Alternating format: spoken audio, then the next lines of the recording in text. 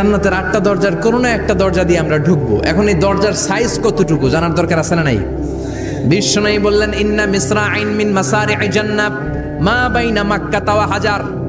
Saudi আরবের মক্কা শহর থেকে বাহরাইন শহর যত দূর, জান্নাতের দরজাটা হবে তত দূর।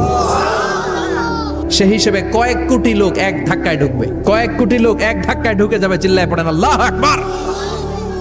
তবে জান্নাতের ভেতরে অনেকগুলো ক্লাস আছে। বিশ্বনবী বললেন, সবচেয়ে দামি ক্লাসের নাম হলো ফেরদাউস। ইযা সাআলতুমুল্লাহ ফাসআলুহুল ফেরদাউস।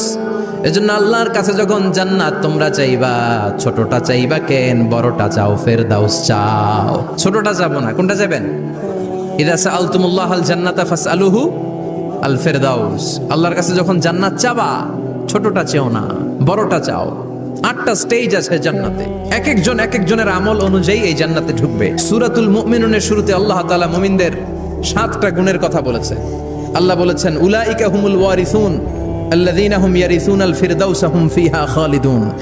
এই 10টা আয়াতের ভেতরে যেই 7টা গুণের কথা আছে, কোন ব্যক্তি, কোন মুমিন বান্দা যদি এই 7টা গুণ নিজের মধ্যে ধারণ করতে পারে, তাহলে বাবা মারা গেলে ছেলে যেমনি বাবার সম্পদের ওয়ারিশ হয়ে যায়, ওই মুমিন বান্দাগুলো জান্নাতুল ফেরদাউসের ওয়ারিশ হয়ে যাবে।